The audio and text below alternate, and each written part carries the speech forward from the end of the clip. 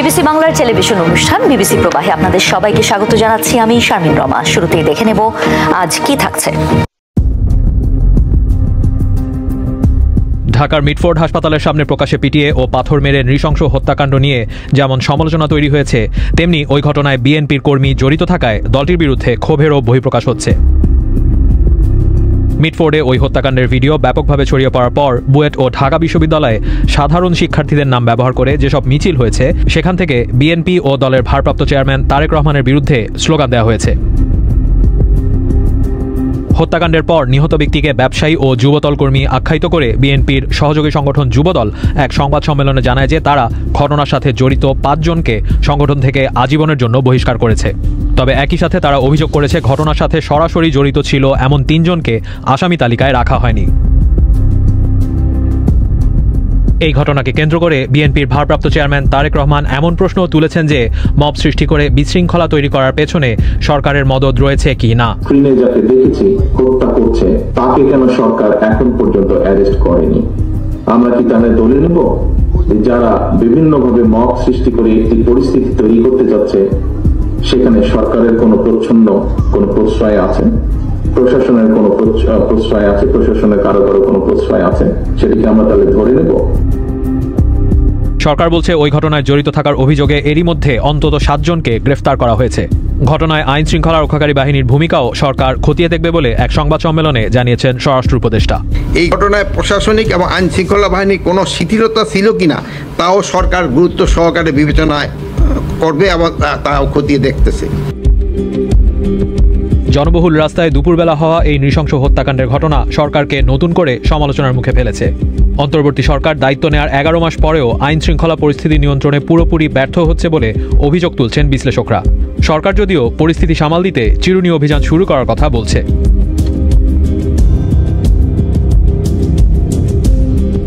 হত্যাকাণ্ডের প্রতিবাদে হওয়া মিছিলের স্লোগান ও বিভিন্ন জনের ফেসবুক স্ট্যাটাসে তীব্র প্রতিক্রিয়া তৈরি হয়েছে বিএনপির ভেতরে।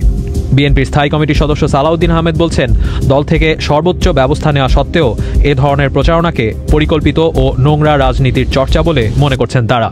বিএনপি নেতা সালাউদ্দিন আহমেদ মন্তব্য করেছেন, দায় চাপানোর নোংরা পুরনো রাজনৈতিক চর্চার মাধ্যমে কেউ কেউ ফায়দা হাসিলের চেষ্টা করছেন।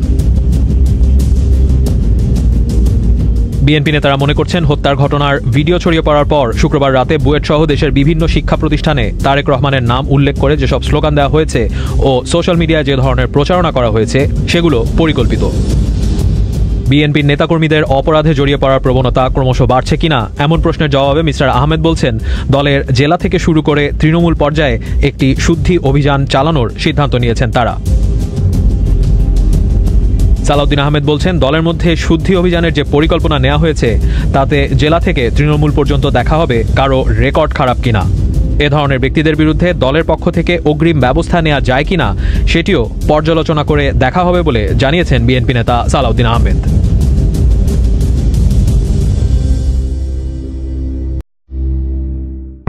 গত এক সপ্তাহে ডলারের দাম কমেছে প্রায় 2 টাকা 90 পয়সা। বৃহস্পতিবার বেশিরভাগ ব্যাংক রেমিটেন্সের ডলার কেনার ক্ষেত্রে 120 টাকা রেট অফার করেছে, যদিও কিছু ব্যাংক দাবি করেছে তারা 120 টাকা 50 পয়সা পর্যন্ত কিনেছে। তবে বিদেশি এক্সচেঞ্জ হাউসগুলো জানিয়েছে দিনের শুরুতে কিছুটা বেশি দর থাকলেও শেষ পর্যন্ত কোনো ব্যাংকই 120 টাকার বেশি রেট দিতে চায়নি। অথচ সপ্তাহের শুরুতে ব্যাংকগুলো 122 টাকা 80 পয়সা থেকে 122 টাকা 90 পয়সা পর্যন্ত রেট অফার করেছিল।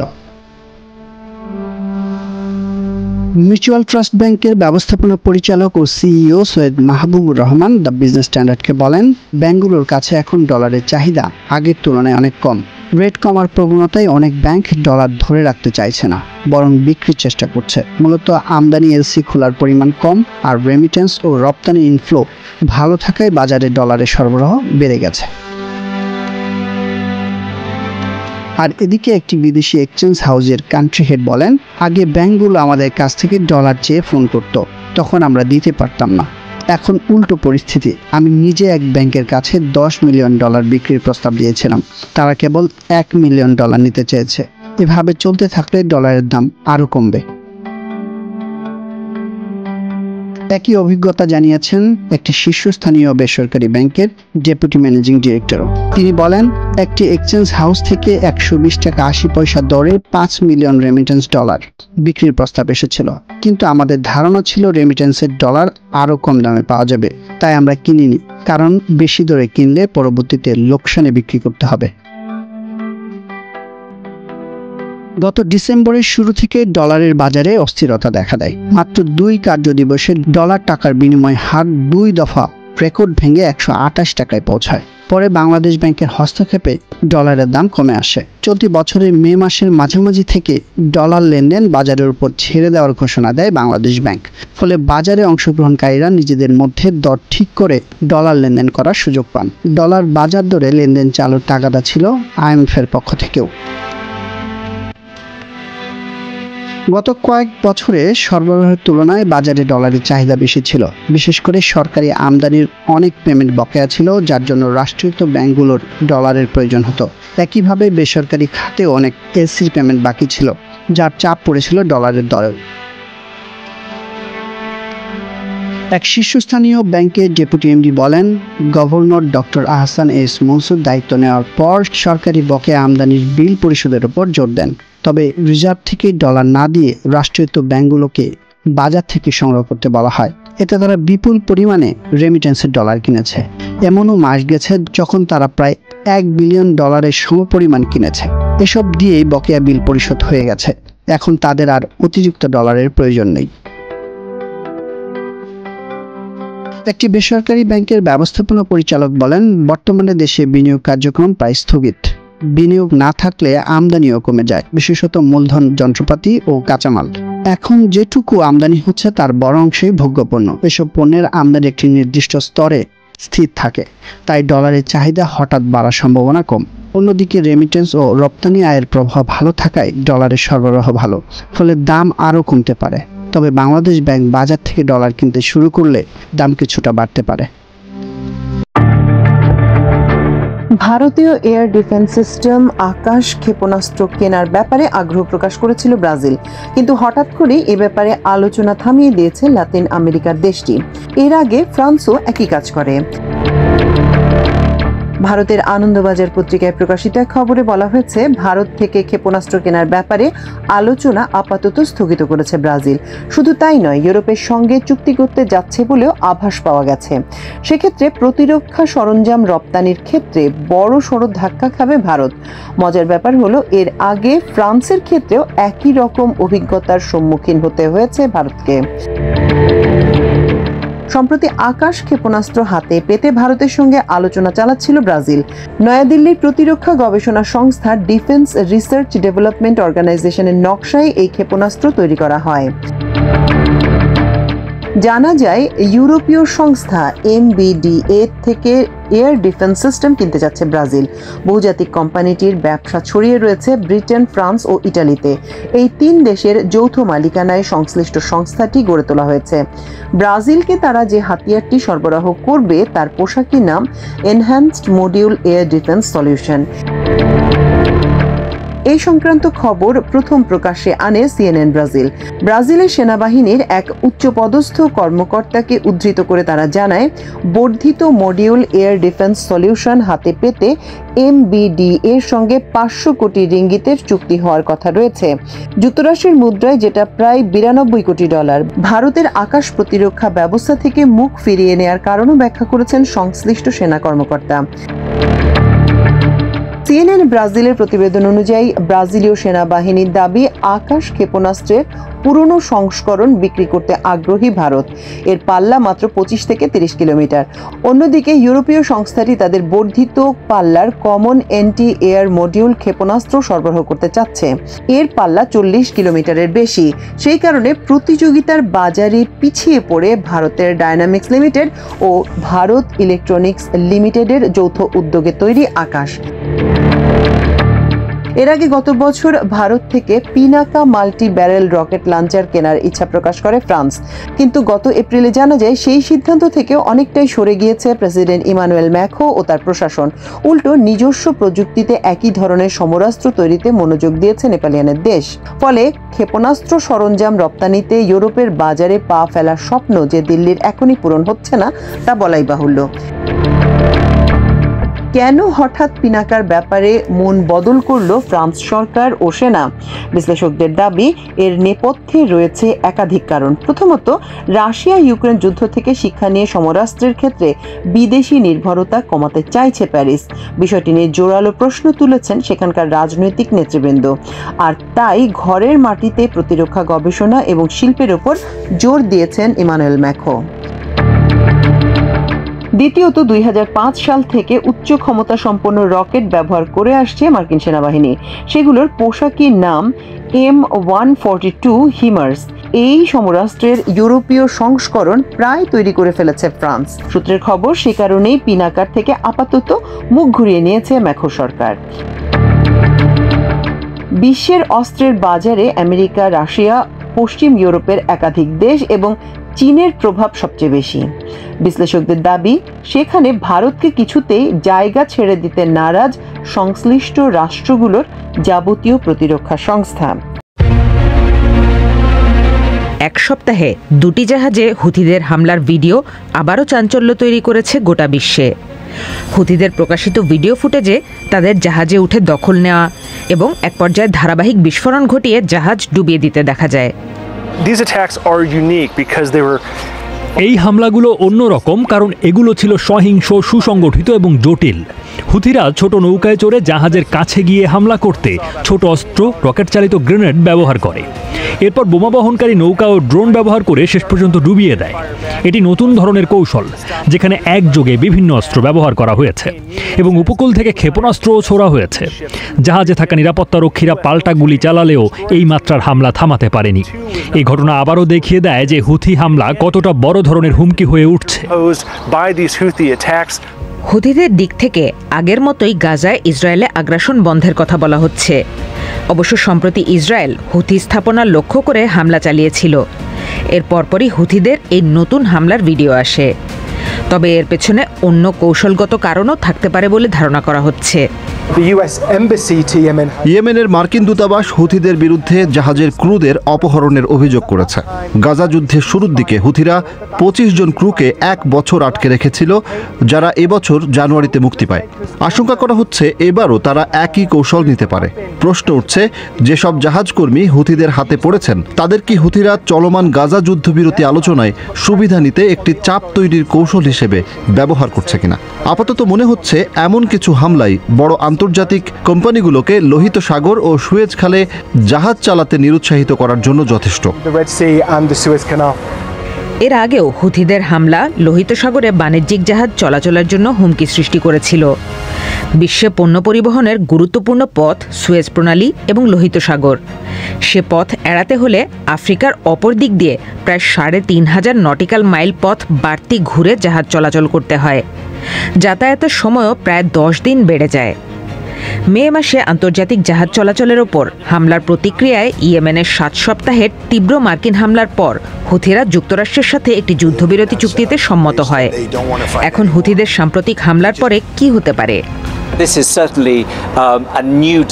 এটি নিঃসন্দেহে হুথিদের দিক থেকে একটি নতুন মাত্রার পদক্ষেপ।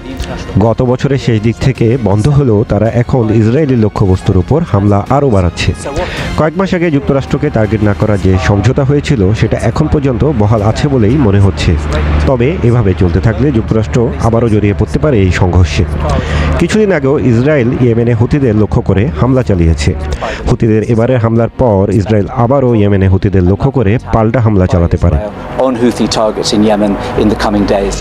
লোহিত সাগরে ছাড়াও ইসরায়েলের দিকে ক্ষেপণাস্ত্র ছুঁড়েছে হুথিরা। ইসরায়েল সেটি ঠেকিয়ে দিলেও হুথিদের দিক থেকে 3 শতাধিক শহরে সাইরেন বেজে ওঠা ও লাখ লাখ জায়নবাদীর আশ্রয়কেন্দ্রে ছুটে যাওয়াকে সাফল্য হিসেবে উল্লেখ করা হয়েছে।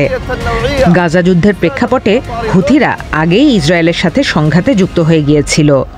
তবে ইরানের সাম্প্রতিক সংঘাতের পর হুথিদের এমন হামলা হয়তো অনেকেই প্রত্যাশা করেননি। অর্চিয়া তন্দ্রিলা, বিবিসি বাংলা। এয়ার ইন্ডিয়ার বিমান দুর্ঘটনার প্রাথমিক একটি তদন্ত রিপোর্টে উঠে এসেছে যে বিমানটি বিধ্বস্ত হওয়ার আগ মুহূর্তে এর জ্বালানি নিয়ন্ত্রণের সুইচ বন্ধ হয়ে গিয়েছিল, যার কারণে জ্বালানি সরবরাহ বন্ধ হয়ে যাওয়ায় বিমানটির দুটি ইঞ্জিন বন্ধ হয়ে যায়। এই তদন্ত রিপোর্ট প্রকাশ হওয়ার পর এয়ার ইন্ডিয়ার বিমান দুর্ঘটনার রহস্য আরও ঘনীভূত হয়েছে। বিমান দুর্ঘটনার তদন্তকারী সংস্থা এয়ারক্রাফট অ্যাক্সিডেন্ট ইনভেস্টিগেশন ব্যুরোর প্রাথমিক রিপোর্টে এই তথ্য উঠে এসেছে। বিমানটি বিধ্বস্ত হওয়ার আগে ককপিটে পাইলটদের কথোপকথনের একটি রেকর্ড পেয়েছেন তদন্তকারীরা। রেকর্ডে শোনা গেছে যে একজন পাইলট আরেকজনকে প্রশ্ন করছেন, তুমি বন্ধ করে দিলে কেন? আরেকজন জবাব দিয়েছেন যে তিনি কিছু করেননি। বিমানের দুইটি ব্ল্যাক বক্স থেকে পাওয়া ডেটা বিশ্লেষণ করে দুর্ঘটনার ইন্টারন্যাশনাল এভিয়েশন রুলসের আওতায় প্রাথমিক রিপোর্ট প্রকাশ করা হয়েছে। রিপোর্টে বলা হয়েছে বিমানটি উড্ডয়নের পর 180 নটস গতিতে পৌঁছে গিয়েছিল এবং এরপরই 1 সেকেন্ডের ব্যবধানে দুটি ইঞ্জিনের ফুয়েল কন্ট্রোল সুইচ রান থেকে কাট অফ পজিশনে চলে যায়। এই ফুয়েল কন্ট্রোল সুইচের মাধ্যমে নির্ধারণ করা হয় বিমানের ইঞ্জিনে জ্বালানি যাবে কিনা।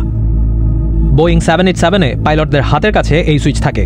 এই সুইচ রান থেকে কাট অফ পজিশনে চলে গেলে সাথে সাথে ইঞ্জিন বন্ধ হয়ে যায়। বিশেষজ্ঞরা বলছেন বিমান চলমান অবস্থায় দুর্ঘটনাবশত এই সুইচ কাট অফে চলে যাওয়ার সম্ভাবনা খুবই ক্ষীণ, কারণ এই সুইচকে অন বা অফ করতে সুইচ দেওয়ার আগে লিভার টেনে সুইচ অ্যাক্টিভেট করতে হয়। তদন্ত রিপোর্টে উঠে আসে যে এয়ার ইন্ডিয়ার বিমানটি বিধ্বস্ত হওয়ার আগে আকাশে ছিল প্রায় 40 সেকেন্ড। তদন্ত রিপোর্ট অনুযায়ী ওরার কিছুক্ষণের মধ্যেই পাইলটদের মধ্যে কথোপকথন হয়, যেখানে একজন আরেকজনকে সুইচ অফ করার প্রশ্ন জিজ্ঞাসা করেন। ওই প্রশ্ন জিজ্ঞেস করার কয়েক সেকেন্ডের মধ্যে 1 নম্বর ইঞ্জিনের ফুয়েল কাট অফ সুইচ আবারও রান বা চালু অবস্থায় ফিরে আসে এবং এর 4 সেকেন্ড পর 2 নম্বর ইঞ্জিনের ফুয়েল কাট অফ সুইচও কাট অফ থেকে রান অবস্থায় ফিরে আসে। বিমানটির ধ্বংসাবশেষ উদ্ধার করার সময় তদন্তকারীরা দুটি সুইচই রান অবস্থায় পেয়েছিলেন। আর ওই ঘটনার 9 সেকেন্ড পর একজন পাইলট গ্রাউন্ডে থাকা এয়ার ট্রাফিক নিয়ন্ত্রণ কর্মকর্তাদের মেডে বলে 3 বার বার্তা দেন।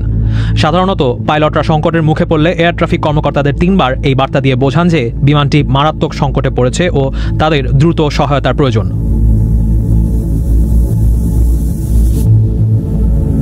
বিমানটির ক্যাপ্টেন সুমিত সাভারওয়ালের 30 বছরের বেশি সময়ের বিমান চালানোর অভিজ্ঞতা ছিল। 56 বছর বয়সে এই পাইলটের ফ্লাইং আওয়ার্স 15,000 ঘন্টার বেশি, অর্থাৎ তিনি এই পরিমাণ সময় বিমান চালিয়েছেন। তিনি মুম্বাইয়ে তার বাবার সাথে থাকতেন এবং রিটায়ারমেন্টের অপেক্ষা করছিলেন। বিমানটির ফার্স্ট অফিসার 32 বছর বয়সী ক্লাইভ কুন্ডারের ফ্লাইং আওয়ার্সও ছিল প্রায় 3,500 ঘন্টা। 2017 সাল থেকে এয়ার ইন্ডিয়ার পাইলট হিসাবে দায়িত্বরত ছিলেন তিনি। বিবিসি বাংলার সাক্ষাৎকারে আপনাদের স্বাগত জানাচ্ছি আমি মীর সাব্বির। আজ আমার সাথে রয়েছেন বাংলাদেশের প্রধান নির্বাচন commissioner AMM Nasir Uddin. Mister Nasir Uddin, আপনাকে অনেক ধন্যবাদ বিবিসি বাংলার সাক্ষাৎকারে যোগ দেওয়ার জন্য। আপনি এমন একটা সময়ে বাংলাদেশে প্রধান নির্বাচন কমিশনারের দায়িত্ব নিয়েছেন যখন কিনা বাংলাদেশ একটা ঐতিহাসিক পরিবর্তনের মধ্য দিয়ে যাচ্ছে। সামনে একটা খুব গুরুত্বপূর্ণ নির্বাচন আছে। প্রথমেই বড় প্রশ্নটা দিয়ে শুরু করি, নির্বাচন কবে হবে সেটা কি আপনি এখন বলতে পারবেন?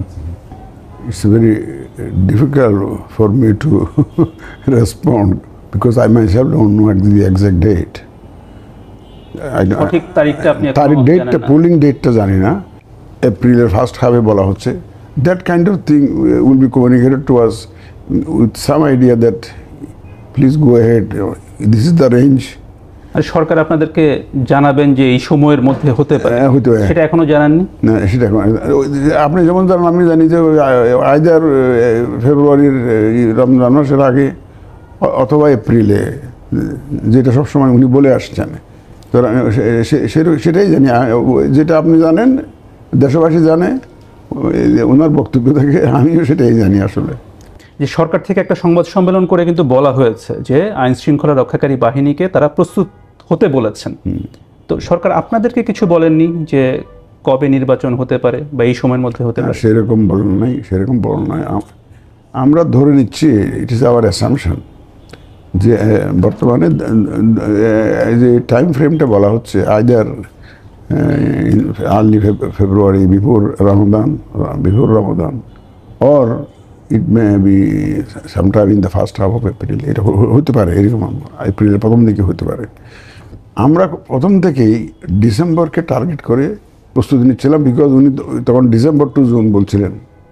এই জন্য আমরা ডিসেম্বরকে টার্গেট করে from day one we started preparing ourself. সেটা কবে থেকে? আপনারা যখন শুরু করলেন তখন থেকে? আমি আফটার টেকিং ওভার হিয়ার, তারপর থেকে তো আমি I was having meetings with my officials here. আপনি যখন দায়িত্ব গ্রহণ করলেন প্রধান নির্বাচন কমিশনার হিসেবে, তখন আপনার কে কোনো ধরনের টাইম ফ্রেম বা কোনো সময়সীমা একটা ধারণা দেওয়া হয়েছিল যে এই সময় হতে পারে? না, দেওয়া হয় নাই, বাট আমি তো ধরে নিয়েছি যে ইলেকশন তো একটা হবে। আমি প্রথমে আমার অফিসারদের সাথে বসেছি যে একটা ইলেকশন করতে গেলে কি কি দরকার, কি কাজ আমাদেরকে করতে হবে, কি কাজ বাকি আছে। তো ওনারা আমাকে একটা চার্ট করে দিবেন এবং কোন কাজ করতে কতদিন লাগে সেটা দিবেন। তখন তো আমরা জানি না যে ডিসেম্বর বা কোনো ওই টাইম লাইন তখনও আসে নাই। যখন আমরা ডিসেম্বরকে লক্ষ্য করে আপনার প্রস্তুতি কবে থেকে শুরু করলেন? যখন থেকে প্রধান উপদেষ্টা ঘোষণা করলেন, সম্ভবত 16ই ডিসেম্বর, এই গত বছর 16ই ডিসেম্বরে যে জাতির উদ্দেশ্যে উনি ভাষণ দিলেন, তো আমি তখন মৌলভীবাজারে ছিলাম।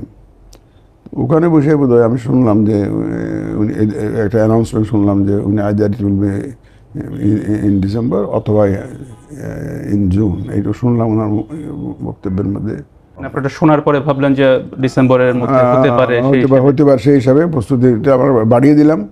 আমরা ডিসেম্বরকে ধরে ব্যাক ক্যালকুলেশন করে, কারণ ইলেকশনের ডেট থেকে অন্তত 2 মাস আগে আমাদের শিডিউল ঘোষণা করতে হয় আমাদের আরপি অনুসারে।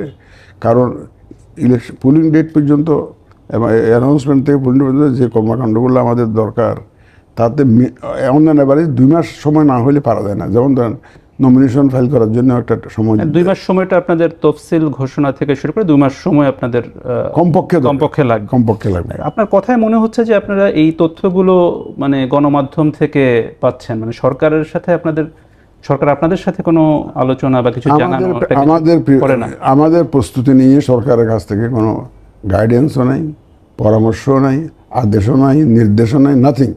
আমরা অ্যাবসলিউটলি ইন্ডিপেন্ডেন্টলি আমরা এই একটা ধারণা দেওয়া যে হচ্ছে যে আপনার এই সময় হতে পারে, এটা আপনারা এখনো পর্যন্ত আনুষ্ঠানিকভাবে পাননি? পাইনি।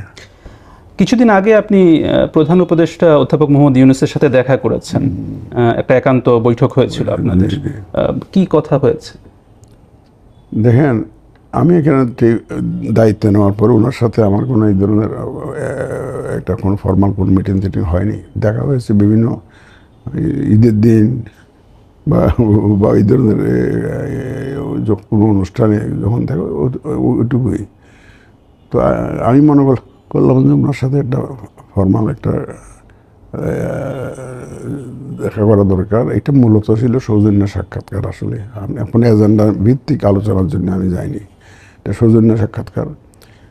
তো আমি ওই যে প্রেসে বলেছিলাম যে সৌজন্য সাক্ষাৎকার অর্থ এই নয় যে সালাম দিয়ে বসে থাকলাম 45 মিনিটস, তারপরে আবার চলে আসলাম ওয়ালাইকুম সালাম দিয়ে, এটার জন্য এটা নয়। তো অবভিয়াসলি উনি হেড অফ দি গভর্নমেন্ট, ওনার জন্য একটা নির্বাচন সামনে আছে, যে নির্বাচনটা আমাকে ডেলিভার করতে হবে, ইসিকে ডেলিভার করতে হবে। তো অবভিয়াসলি এই নির্বাচনটা আলোচনার মধ্যে একটু এসে গেছে।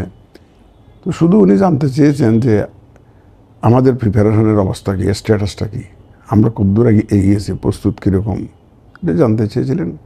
আমি ওনাকে ডিটেল জানিয়েছি আমরা কী করেছি, কী করতেছি, কী বাকি আছে, আমাদের টাইম লাইনটা কী, কখন আমরা শেষ করতে পারবো, ইত্যাদি ইত্যাদি। আমি আমাদের প্রস্তুতি সম্পর্কিত ওনাকে একটা ব্রিফ ধারণা আমি দিয়েছি, কারণ এটা ছিল মূলত সৌজন্য সাক্ষাৎকার। আপনি দেখা করতে চেয়েছিলেন নাকি উনি দেখা করতে চেয়েছিলেন? অ্যাকচুয়ালি উনি কোনো আমাদের ডাকেননি, আমাদের তরফ থেকে, আমার অফিস থেকে যোগাযোগ করে ওনার অফিসের সাথে, এটা জাস্ট কাটিয়েছে কলের জন্য।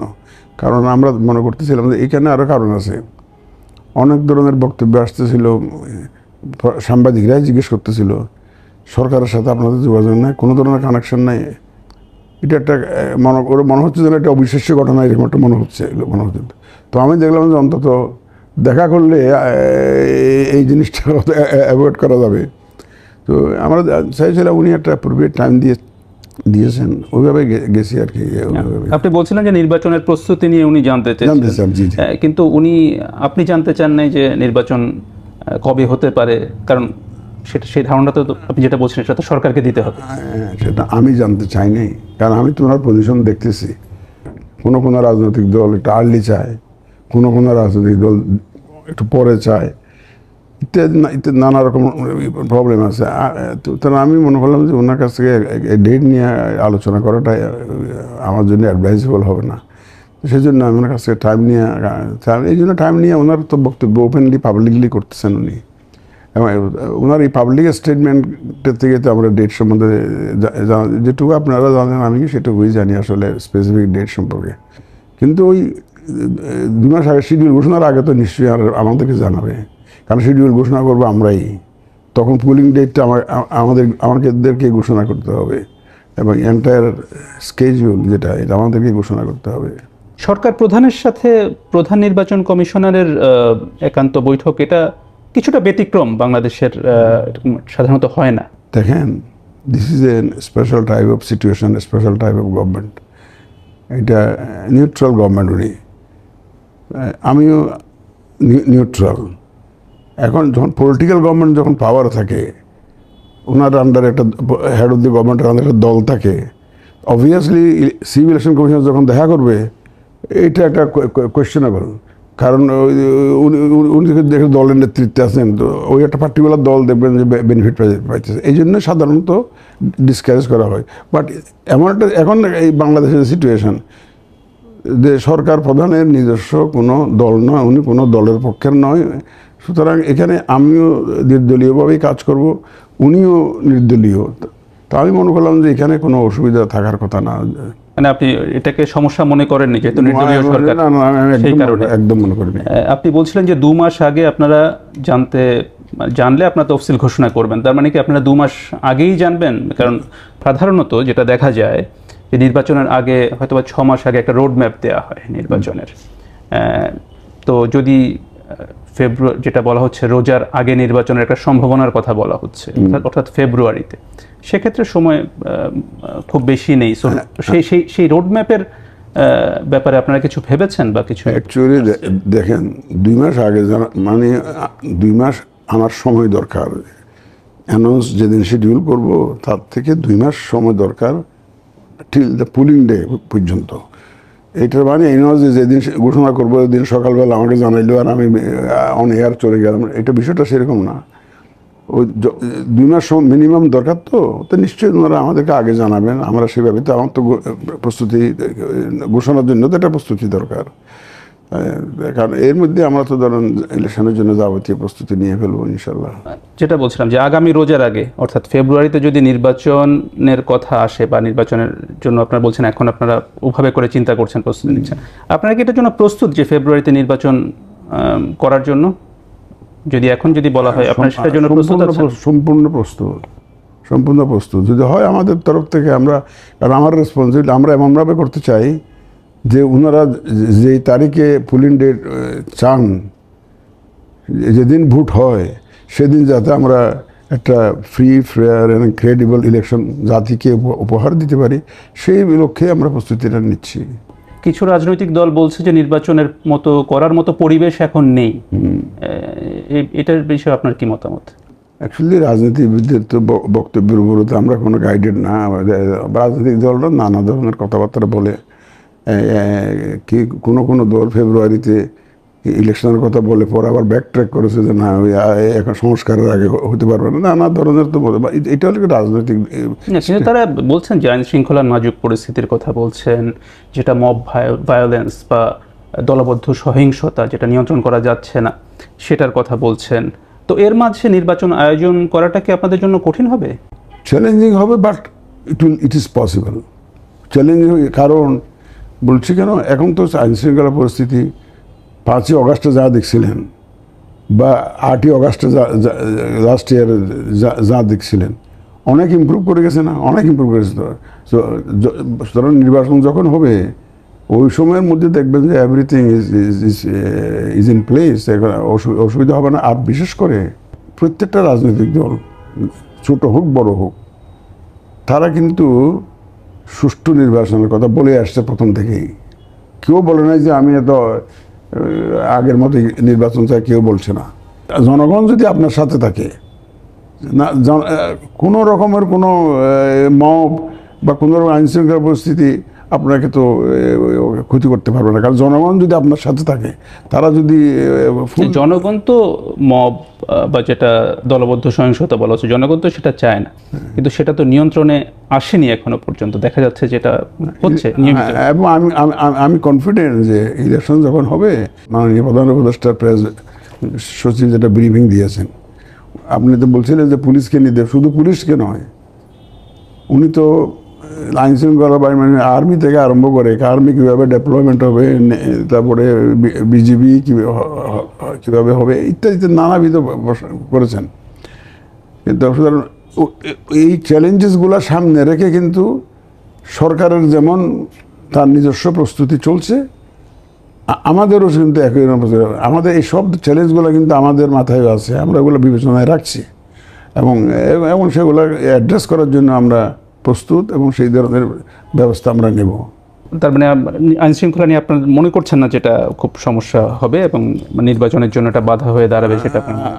আমি মনে করি এখন ধরেন আমি মনে করি যে নির্বাচনের জন্য আমরা প্রস্তুতি নিচ্ছি, একটা ফ্রি ফেয়ার অ্যান্ড ক্রেডিবল একটা ইলেকশন, সেটার জন্য আইন শৃঙ্খলা পরিস্থিতি কোনো উইল নট বি প্রবলেম আমি মনে করি। এর মাঝে আপনাদের নিরপেক্ষতা নিয়েও প্রশ্ন তুলেছেন, কোনো দল তুলেছে, যেমন এনসিপি তারা বলেছিল। আপনারা কি নিজেদেরকে নিরপেক্ষ বলবেন? অবশ্যই নিরপেক্ষ। এটা আমাদের it is a commitment given to the nation by me. যেদিন আমি শপথ নিয়েছি সেদিনই আমি কমিট করেছি, একদম সুপ্রিম কোর্টের ব্যালকনিতে দাঁড়িয়ে শপথ নিয়েছি।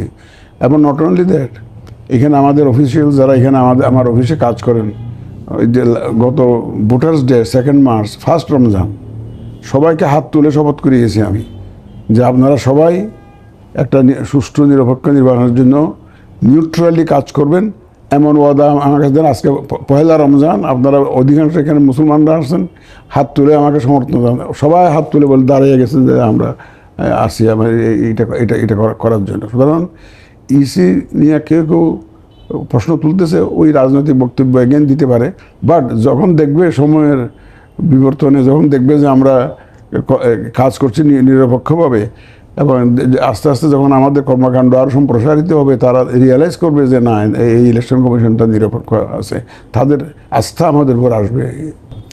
তাদের একটা অভিযোগ যে আপনারা বিএনপির প্রতি পক্ষপাতদুষ্ট। বিএনপির সাথে কি আপনার কোনো সম্পর্ক আছে? আমি তো বিএনপির সদস্যও না, কোনো নেতাও না। সুতরাং কারো প্রতি যে আমাদের দুর্বলতা আছে এটা বলতে পারে, পলিটিক্যাল স্টেটমেন্ট তো আছে, দিতেই পারে, সেটা কোনো নেই। আপনি তো এটা শুনছেন, অনেকে তো আমি জামাত বলে, জামাতও বলে। এখন একজন তো এটা দিজ আর পলিটিক্যাল স্টেটমেন্টস, আমি এগুলোকে সেভাবে দেখি। ওনারা বলতে পারে, ওনাদের তো বলার অধিকার আছে, বলবি এটা। এবং আমাদের কাজকর্মে দেখেই ওনারা দেখবেন যে এক পর্যায়ে ওনারা বুঝে যাবে যে না, এখান থেকে তো ন্যায় বিচার পাওয়া যাবে। আমি ওই চেয়ারটাকে একটা বিচারকের আসন মনে করি, ওই চেয়ারটা যেটা আমি বসছি এটা বিচারকের আসন মনে করি।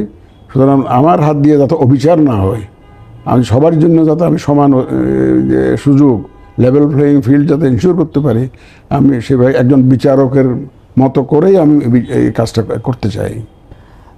এখানে একটা উদাহরণের কথা তারা বলেন যে সম্প্রতি ঢাকা দক্ষিণ সিটি কর্পোরেশন নির্বাচন মানে মেয়র নিয়ে যে বিষয়টা হলো, যে বিএনপির নেতা ইশরাক হোসেন, তাকে আপনারা মেয়র ঘোষণা করে গেজেট দিলেন।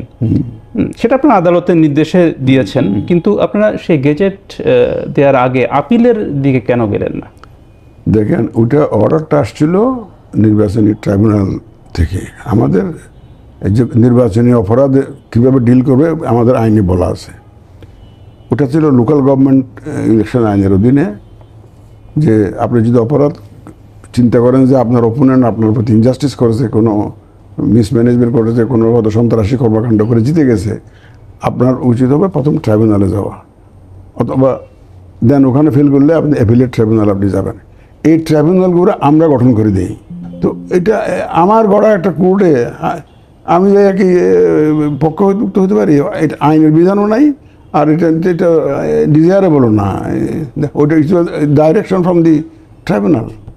তো এই বিষয়টা নিয়ে সরকারের কোনো কোনো জায়গা থেকে কথা বলা হয়েছে ইশরাক হোসেনের সাথে একটা দ্বন্দ্ব দেখা গেছে। তো এটা নিয়ে কি আপনাদের সাথে সরকারের কোনো দূরত্ব তৈরি হয়েছে? না, আমি মনে করি না, কারণ ওনারা তো আইনি ব্যাখ্যাটা বুঝে গেছেন। এর মধ্যে আমরা প্রেসে বলেছি, ব্রিফিং দিয়েছি, আমরা বলেছি, বুঝে গেছেন যে আমাদের আসলে এটা আইনি বিধান নাই, অ্যাটলিস্ট ট্রাইব্যুনাল এবং অ্যাপিলেট ট্রাইব্যুনাল পর্যন্ত। আমরা কন্টেস্ট করতে পারবো। হাইকোর্টে কেউ যদি রিট করে বা অ্যাপিলেট ডিভিশন যদি কেউ যায়, ওখানে আমাদের যেতে হবে। High court not in the tribunal or appellate tribunal, যেটা আমরা ফর্ম করে দিই। জুলাইয়ের গণ অভ্যুত্থানে ক্ষমতাচ্যুত আওয়ামী লীগ তাদের কার্যক্রম বিচার শেষ হওয়ার আগ পর্যন্ত নিষিদ্ধ করেছে সরকার। তার অর্থ কি তারা নির্বাচনে অংশ নিতে পারছে না? কারণ ওনাদের তো সব ধরনের কর্মকাণ্ড তো নিষিদ্ধ করা হয়েছে ওই যে বিচার শেষ না হওয়া পর্যন্ত। তো ওই সময় এবং বিচার শেষ না হওয়া পর্যন্ত, যদি বিচার শেষ হয় তাদেরকে যদি কোনো শাস্তি দেওয়া না হয় বা পার্টি সমূহকে নিষেধাজ্ঞা যদি দেওয়া না হয় বাই দ্য কোর্ট, তাহলে তো আমরা যেটা করেছি শুধুমাত্র সরকারের যে সিদ্ধান্ত যে কর্মকাণ্ড বন্ধ, তাহলে আমাদের যেখানে রেজিস্ট্রেশন রাখার তো মিনিংলেস হয়ে যায়, তারা তো কোনো পলিটিক্যাল রাজনৈতিক কোনো কর্মকাণ্ড করতে পারবে না। এই জন্য আমরাও স্থগিত করে দিয়েছি, তাদের রেজিস্ট্রেশনটা স্থগিত করে দিয়েছি। আপনার কি মনে হয় যে যদি তারা নির্বাচনে অংশ নিতে না পারে, সেটার নির্বাচনের অন্তর্ভুক্তিমূলক হলো কিনা সেটা নিয়ে কোনো প্রশ্ন উঠবে? সেই প্রশ্ন তো উঠতেই পারে, কারণ স্বাভাবিক, এটা বড় দল যখন করবে না, এটা সেই প্রশ্ন উঠছে, এটা উঠে। কিন্তু এইটা ধরেন আমাদের চিন্তা হলো যারা ভোটার্স আছে, পার্টিসিপেশন অফ দি ভোটার্স, আমরা ইলেকশনটাকে পার্টিসিপেটরি করতে চাই। এখন এই ইনক্লুসিভের ডেফিনিশন তো একজনের কাছে এক রকম। আপনার কাছে কি? আমার কাছে ওই যে বললাম, participatory election to include the voters as much as possible. মানে ভোটাররা যদি ভোট দেয় তা সেটাকে আপনি সফল হিসেবে দেখছেন। তো ভোটারদের প্রসঙ্গেই বলি, আওয়ামী লীগের তো একটা সমর্থক গোষ্ঠী আছে যারা কিনা ভোটার। আপনার কি মনে হয় যে এই আওয়ামী লীগের যে সমর্থক গোষ্ঠী তারা ভোটে আসবে, ভোটদান করবে? আমি তো আশা করি তারা আসবে, আমি আশা করি তারা আসবে, কারণ না আসার তো এদের তো সমর্থক গোষ্ঠী আছে, তো তারা একদম they will abstain from voting, এইটা আমি মনে করি না। তাদের large number of them may participate in the election, not as a candidate but as a voter. আপনি নিশ্চয়ই জানেন যে কিছুদিন আগে সাবেক দুজন প্রধান নির্বাচন কমিশনারকে গ্রেপ্তার করা হয়েছে। তাদের মধ্যে একজনকে মানে গলায় জুতার মালা পরিয়ে হেনস্থাও করা হয়েছে। এই বিষয়টাকে আপনি কিভাবে দেখেন? দেখেন, এটা একটা বিচারাধীন বিষয়, সাবজুডিস। এই বিচারাধীন বিষয়ে আমি কোনো মন্তব্য করতে চাই না। আমরা তো এটা কোর্টের ডিসপোজালে চলে গেছে। আমার পক্ষ থেকে এখানে মন্তব্য করাটা সমীচীন হবে না। হেনস্থার বিষয়টা নিয়ে, হেনস্থার বিষয়টা তো কেউ পছন্দ করবে না, এটা তো ঠিকই আইন অনুযায়ী বিচার হয়, এটাই তো উচিত। এবার দেখছি যে যারা হেনস্থা করছে তাদের অনেকে গ্রেপ্তারও করছে, দেখছি আমি পুলিশে, যারা আইডেন্টিফাই করে অনেককে অ্যারেস্টও করেছে, আমি দেখেছি। তো এবং আমি বিশ্বাস করি যে একটা ডিউ লিগাল প্রসেসেই এটা আগাবে। জাতীয় নির্বাচনের আগে স্থানীয় নির্বাচনের কথা বলছেন কেউ কেউ, এটা কি আপনার মনে হয় যে এটা কি হতে পারে? যে দেখেন, স্থানীয় সরকারের নির্বাচন আমাদের অভিজ্ঞতায় দেখা গেছে, স্থানীয় সরকার আপনি 64টা জেলা, তার মধ্যে 3টা বাদ দিলে, হিলসে 3টা বাদ দিলে ওখানে ইলেকশন সাধারণত হয় না, ডিস্ট্রিক্ট কাউন্সিল হয় না। 61টি জেলার ডিস্ট্রিক্ট কাউন্সিল আছে। তারপরে আপনার 565টা আছে উপজেলা, হ্যাঁ। তারপর পৌরসভা আছে 330টা, সিটি কর্পোরেশন আছে 12টা, ইউনিয়ন কাউন্সিল আছে 4592টা। এখন এই ইলেকশনগুলোতে খুব সহিংসতা হয় এখন নর্মাল সার্কামস্টেন্সে, কারণ দেখবেন যে এক বাড়ির থেকে 2জন দাঁড়িয়ে গেছে, এই জন্য খুব সহিংসতা হয়, অনেক খুন খারাপি হয় এই সমস্ত ইলেকশনকে কেন্দ্র করে। এবং এই ইলেকশনগুলো সেই জন্য ধাপে ধাপে করা হয়, যাতে ল এনফোর্সমেন্ট এজেন্সি থেকে আরম্ভ করে সব কিছু মোবিলাইজ করতে সুবিধা হয়। ধাপে ধাপে অন্তত 5 ধাপ, 6 ধাপ বা 7 ধাপের এরকম করা হয়। এই যে ধাপে ধাপে করতে গেলে দেখা গেছে যে এটা 10 মাস থেকে প্রায় 1 বছর সময় লাগে কমপক্ষে এই ধাপে ধাপে করতে গেলে। ইলেকশনের আগে তো আমাদের জাতীয় নির্বাচনের আগে তো সেই সময়টা তো নাই। মানে এখন সেটা বাস্তবসম্মত না, আপনার কাছে মনে হচ্ছে? আমি তো স্থানীয় নির্বাচন বাস্তবসম্মত না সেটা বলি নাই। আমাদের মাননীয় প্রধান উপদেষ্টা এ পর্যন্ত যত বক্তব্য দিয়েছেন জাতীয় নির্বাচন সম্পর্কে দিয়েছেন, এবং সবখানে উনি বলছেন যেটা জাতীয় নির্বাচন। উনি একটিবারের জন্য বলেন না যে আমি যে স্থানীয় নির্বাচন অমুক সময় হবে, এটা বলেন না তো ওনার কোনো সময়। আমরা ওনার বক্তব্যকে সামনে রেখেই আমাদের প্রস্তুতি নিচ্ছি। সুতরাং পলিটিক্যাল ডিবেট তো আছেই, কোনটা আগে হবে, কিন্তু আমরা মাননীয় প্রধান উপদেষ্টার ঘোষণাকে সামনে রেখে আমরা কিন্তু সেই হিসেবে আপনারা এখন ওই বিষয়টি নিয়ে স্থানীয় নির্বাচন নিয়ে আপনারা ভাবছেন না? এখন স্থানীয় আমরা ভাবছি না, আমরা জাতীয় নির্বাচনকে সামনে রেখে কাজ করছি। অনেকগুলো দল আপনাদের কাছে নিবন্ধন চেয়েছে, প্রায় 150 দলের মতো, এবং এর মধ্যে পরিচিত দল যেমন আছে, আবার সাইনবোর্ড সর্বস্ব দল যাদের বলা হয় তারাও আছে। আমরা একটা প্রতিবেদন করেছি যেখানে দেখা গেছে একটা দলের সাইনবোর্ডও নেই, কারণ ঝড়ে উড়ে গেছে সেই সাইনবোর্ড।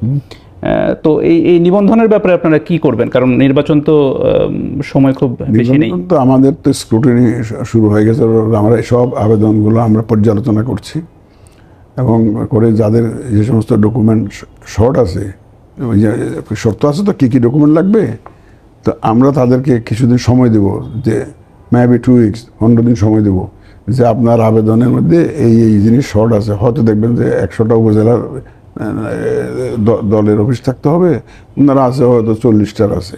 আমরা বলি 10টা শর্ট আছে, আপনি এইটা ফুলফিল করে আমাদের কাছে দেন। তাদেরকে একটা সময় দিব, আমরা সময় দিয়ে তারপর যারা কন্ডিশন ফুলফিল করবে না তাদের তো আমরা রেজিস্ট্রেশন দিতে পারবো না। আইন অনুযায়ী যে শর্ত আছে সেই শর্ত পূরণ করলে তারপরে আমরা বিবেচনা করবো, এরপর তো না। এটা কি এই সময়ের মধ্যে করা যাবে বলে মনে করেন? কারণ অনেকগুলো দল, অনেক যাচাই বাছাই করতে হবে। না, অসুবিধা নেই। আমাদের তো ফিল্ড অফিস আছে তো অনেক, ওরাই তো আমাদেরকে রিপ্রেজেন্ট করে। সুতরাং লোকালি ওগুলো করে। আমাদের তো লোক আছে 5700 লোক কাজ করে আমাদের ফিল্ডে। সুতরাং তাদের মাধ্যমে তো আমরা যাচাই বাছাই প্রক্রিয়া অলরেডি শুরু করে ফেলেছি, এবং অনেক ক্ষেত্রে বিভিন্ন জায়গা থেকে রিপোর্ট আসা শুরু করেছে।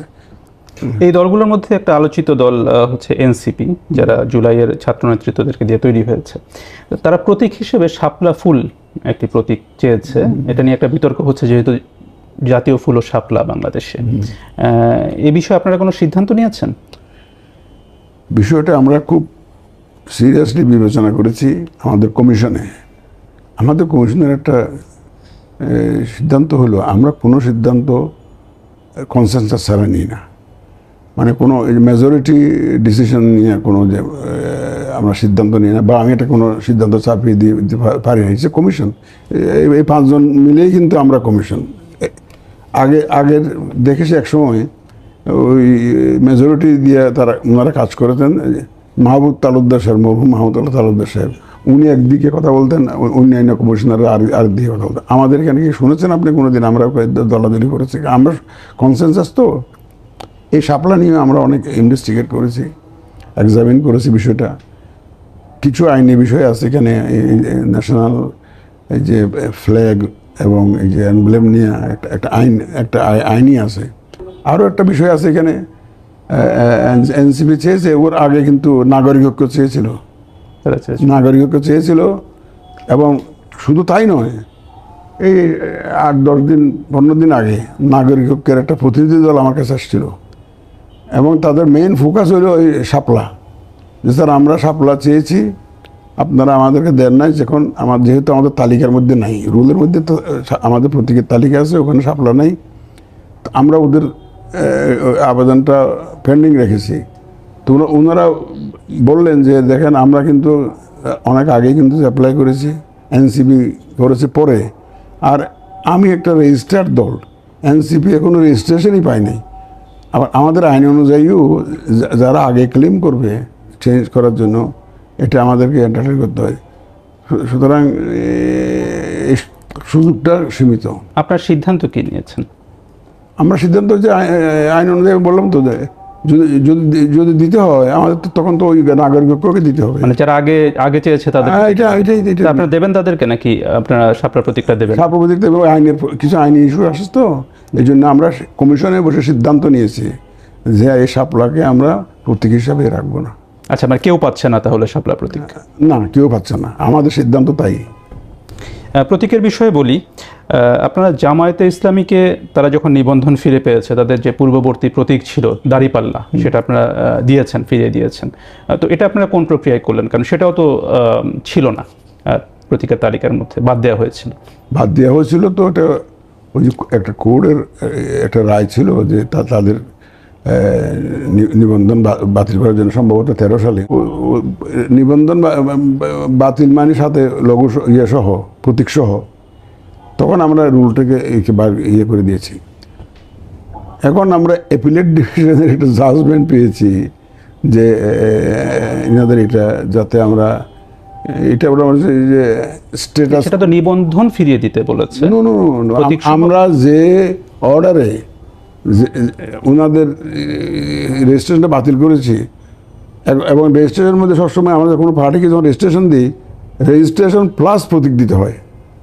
সুতরাং ওনাদেরকে যে আমরা যখন সার্টিফিকেট দিই, রেজিস্ট্রেশন সার্টিফিকেট দিই, ওখানে কিন্তু প্রতীক সহ হয়েছিল, এবং স্ট্যাটাস কো যখন হয়েছে ও প্রতীক সহ স্ট্যাটাস কো হয়ে গেছে। আপনার কাছে শেষ প্রশ্ন, আপনি একটা খুব গুরুত্বপূর্ণ দায়িত্বে, একটা গুরুত্বপূর্ণ সময়ে এসেছেন, এবং আপনি যখন এই পদে থেকে, যখন আপনি এই পদ থেকে বিদায় নেবেন একটা সময়, আপনি আসলে কি করে যেতে চান, কি অর্জন করে যেতে চান, আপনি আপনার লেগেসিটা কি হবে বলে কি করতে চান? এখানে আমি বলবো যে জীবনের শেষ পর্যায়ে এসে আমি এটাকে একটা চ্যালেঞ্জ হিসাবে নিয়েছি, এবং আমি চিন্তা করেছি যে শেষ বয়সে এসে এই দেশের এই ক্রান্তি লগ্নে, এর ক্রিটিক্যাল সিচুয়েশনে, যে যাতে এই দায়িত্বটা নিয়ে যদি আমি চেষ্টা করি যে দেশকে কিছু দিয়ে যেতে চাই, সেটা হচ্ছে আমার মেজর কনসিডারেশন, কিছু দিয়ে যেতে চাই। আর আপনার মতো এই প্রশ্নটা আমাকে একজন করেছিলেন যে কী হয়েছে, আমি হাসি মুখে ঢুকছি, আমি হাসি মুখে যেতে চাই, এবং সেটার জন্য দেশবাসীর সহযোগিতা চাই, সবার সহযোগিতা নিয়ে, এবং আমাদের আইনশৃঙ্খলা বাহিনী থেকে আরম্ভ করে, প্রশাসন থেকে আরম্ভ করে সবার সহযোগিতা নিয়ে আমার ওই হাসির ব্যবস্থাটা হবে ইনশাল্লাহ। প্রধান নির্বাচন কমিশনার, আপনাকে অনেক ধন্যবাদ বিবিসি বাংলাকে সময় দেওয়ার জন্য। আপনাকেও অনেক ধন্যবাদ। সবাইকে শুভকামনা জানিয়ে আমি শারমিন রমা আজ এখানেই বিদায় নিচ্ছি। ভালো থাকবেন।